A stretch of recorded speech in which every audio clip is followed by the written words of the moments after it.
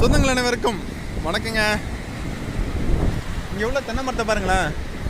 கடல் ஓரத்தில் இருக்கிறதுனால இந்த அடியில் உள்ள மண்ணெல்லாம் பார்த்தீங்கன்னா அரிச்சிட்டு போயிடுச்சு. வெறும் வந்து வேறு தான் இருக்குது. பொதுவாக பார்த்தீங்கன்னா தென்னை மரம் வந்து இந்த அளவுக்கு இந்த மட்டத்துக்கு வந்து மண் இருக்கும் பார்த்துங்க. இதை வந்து தண்ணியில் இருக்கிறனால வந்து அந்த அலைகள் வந்து வந்து வந்து அந்த அடியில் உள்ள மண்ணெல்லாம் அரிச்சிட்டு போயிடுச்சு. எல்லாமே அப்படி தான் இருக்குது பாருங்க. தான்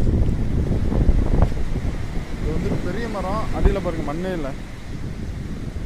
ஒருவேளை இதனால கடலோரத்தில் இருக்கிறனால வந்து இதனால தான் வந்து வெட்டிட்டு போனாங்களா என்னன்னு தெரியல. ஒருவேளை இருக்கலாம் அந்த மாதிரி கூட.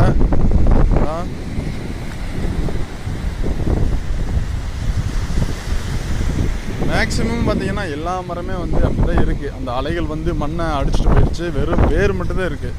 அதனால தான் வெட்டிட்டாங்கன்னு நினைக்கிறேன் எல்லா மரத்தையும்.